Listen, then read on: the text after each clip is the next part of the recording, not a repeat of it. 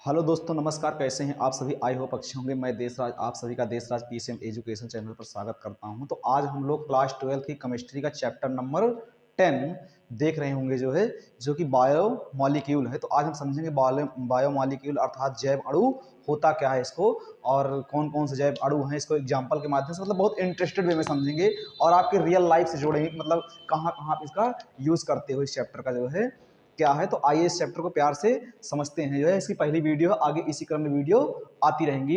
तो चैप्टर का नाम है जैव अणु, ठीक, जिसे इंग्लिश में बोलते हैं बायो मॉलिक्यूल। ठीक, समझिए जो जैव अणु होता क्या है।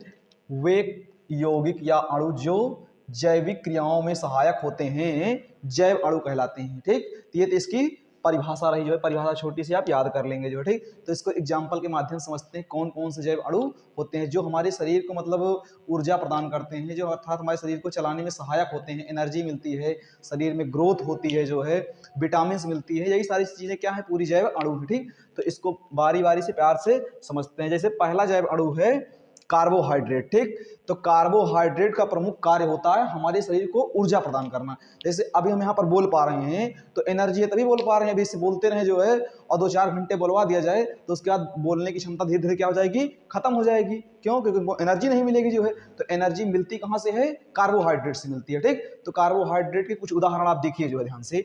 जैसे दूध हो गया, दूध से भी आपको ऊर्जा मिलती है। ठीक, गन्ना हो गया, गन्ने के रस से मिलती है।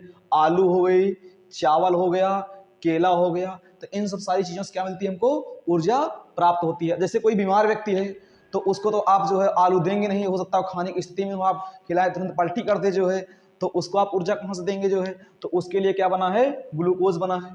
ठीक, तो उसको ग्लूकोज चढ़ाया जाता है, आप ले जाते हैं हॉस्पिटल में और उसको एडमिट करते हैं, उसको ग्लूकोज दिया जाता है, तो उसको ग्लूकोज से एनर्जी मिल जाती है ठीक, तो ग्लूकोज को आप स्पेशल याद रखेंगे क्योंकि इस चैप्टर में हमको ग्लूकोज की संरचना वगैरह अच्छे से पढ़नी है ठीक, आगे हम पढ़ाएंगे। ग्लूकोज का फार्मूला भी देख लेंगे, C6H12O6 होता है।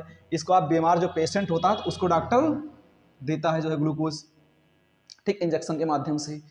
तो आप आई होप कार्बोहाइड्रेट समझ गए होंगे, कार्बोहाइड्रेट क्या होता है और कार्बोहाइड्रेट का किस किस चीज़ों को कार्बोहाइड्रेट मिलता है। अगर ऊर्जा की बात की जाए तो एक दिन में एक व्यक्ति लगभग 2200 से लेकर 2500 कैलोरी ऊर्जा की आवश्यकता होती है एक व्यक्ति को ठीक, तो ये चीज़ आप ध्यान रखे रहेंगे। और ध्यान देना एक बूंद पानी पिए, 1 लीटर पानी पिए, उसमें एक भी कैलोरी ऊर्जा नहीं मिलती है। एक दिन हमसे एक बच्चा पूछ रहा था, सर 1 गिलास पानी पीने में कितनी कैलोरी ऊर्जा हमको मिलती है, तो उसमें आपको 0 कैलोरी ऊर्जा मिलती है। ठीक, तो पानी पीने से कोई ऊर्जा नहीं मिलती है, आप इस बात को ध्यान दिए रहेंगे। ठीक, तो दूसरा है जैव अणु प्रोटीन। समझिए भैया, प्रोटीन का काम क्या होता है।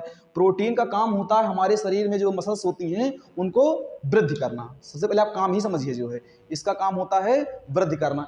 तो प्रोटीन पाई किस किस चीज़ों में जाती है, जैसे चना हो गया, सोयाबीन हो गया, मांस हो गई, दूध हो गया और उड़द की दाल हो गई। इन सब सारी चीज़ों में प्रोटीन पाई जाती है। इसका प्रमुख कार्य होता है कि हमारे शरीर में वृद्धि करना। जैसे आप जाते हैं जिम वगैरह ज्वाइन करते हैं तो वहाँ से आपको बताया जाता है आप केला खाइए, चना चबाइए ताकि आपको अच्छी खासी प्रोटीन मिल सके और आपके शरीर में लगातार क्या हो सके, वृद्धि होती रहे ठीक।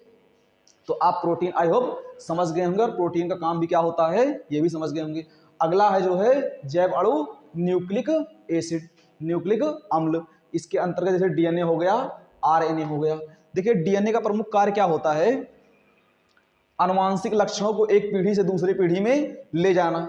जैसे मान लीजिए आपके पापा भी गोरे हैं और मम्मी भी गोरी हैं, तो आप जो संतान उत्पन्न होगी उसके ज़्यादातर संभावना क्या होगी कि वह भी गोरी हो।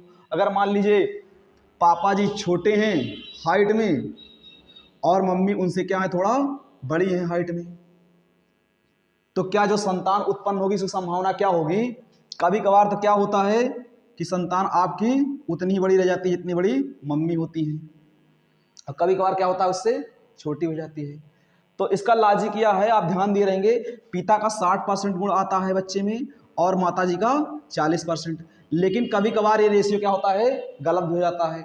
ये गुण मम्मी पापा से ना आकर आपके अगले पीढ़ी से भी आ जाते हैं बच्चे में तो ये चीज ध्यान दिए रहेंगे। काम किसका होता है, डीएनए का होता है एक पीढ़ी से दूसरी पीढ़ी में लक्षणों को ले जाने। जैसे कोई बीमारी होती है आपके पूर्वजों में है तो हो सकता है दूसरी पीढ़ी में ना दिखे वो बीमारी, ठीक। और आगे का पीढ़ी बीत जाए तब दिखे वो बीमारी जो है। तो बीमारियां भी जो है, जो अनुवांशिक बीमारियां होती हैं, जैसे रतौंधी वगैरह हो गया जो है, तो ये सब अनुवांशिक चलते रहते हैं। तो इसमें प्रमुख काम क्या होता है इसका, कि एक पीढ़ी से दूसरी पीढ़ी को लक्षणों को ले जाना जो है न्यूक्लिक अम्ल का काम होता है। ठीक। तो आई होप आप तीसरा भी जैव अणु समझ गए होंगे। ठीक। या आपके समझने के लिए बना दिया गया, इस पर आप विशेष ध्यान नहीं देंगे। अभी ऑफलाइन के बच्चे होते तो कतई अत कर देते जो है। अब आप लोग यहाँ कैमरे में देख रहे होंगे और वहीं से हंस रहे होंगे। ठीक। तो चलिए आप इसको ज़्यादा ध्यान नहीं देंगे और देखते हैं अगला वाला जो है जैव अणु क्या है, विटामिन है। विटामिन तो हमारे जीवन के लिए अत्यंत महत्वपूर्ण है, आप समझ ही रहे हैं। ठीक।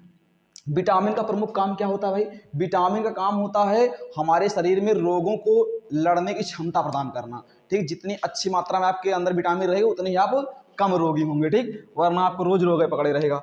तो समझिए जैसे नींबू हो गया, नींबू से आपको कौन सी विटामिन मिलती है, विटामिन सी। जितनी भी खट्टी चीजें होती हैं, नींबू, संतरा, इन सब से आपको विटामिन सी मिलती है। ठीक। अगर इसकी कमी हो गई तो आपको स्कर्वी नामक रोग हो जाएगा जो है। ठीक। फिर है प्रकाश, प्रकाश से आपको विटामिन डी मिलती है। ठीक है ना। उसके बाद में मूंगफली, बादाम, शिमला मिर्च, इनसे आपको विटामिन ई मिलती है। इन तीनों चीजों से क्या मिलती है, विटामिन ई मिलती है।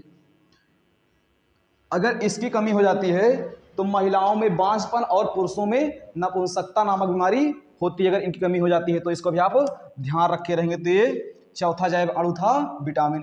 तो देखिए हमारे सिलेबस में शायद अब की बार विटामिन नहीं है। ठीक। हमने देखा जो सिलेबस नया आया हुआ है उसमें विटामिन नहीं है, तो हमको विटामिन नहीं पढ़ना है, लेकिन कार्बोहाइड्रेट, प्रोटीन और न्यूक्लिक एसिड अच्छे से पढ़ लेना है। ऐसा नहीं हम पढ़ाएंगे नहीं, हम पढ़ा देंगे विटामिन भी आपको। ठीक। तो आप आई होप कि आपको समझ में आया होगा कार्बोहाइड्रेट, प्रोटीन, न्यूक्लिक अम्ल और विटामिन। फिर से आप एक बार समराइज कर लेंगे। जो कार्बोहाइड्रेट होता है इसका प्रमुख काम क्या होता है, हमारे शरीर में ऊर्जा को देना जो है। दूसरा है प्रोटीन, प्रोटीन का काम होता है हमारे शरीर को वृद्धि प्रदान करना। न्यूक्लिक एसिड, इसका काम होता है आनुवांशिक लक्षणों को एक पीढ़ी से दूसरी पीढ़ी में ले जाना। विटामिन का काम होता है कि रोग प्रतिरोधक क्षमता को बढ़ावा देना, अर्थात बीमारियों से लड़ने की क्षमता प्रदान करना। तो आई होप आप सारे जो है जैव अणु समझ गए होंगे। और अगर आपको वीडियो पसंद आई हो तो आप चैनल को सब्सक्राइब करिएगा, वीडियो को लाइक करिएगा। इसी क्रम में अगली वीडियो आपको मिलेगी तो आप प्रेम पूर्वक स्क्रीनशॉट लेकर इसको लिख लीजिए जो है।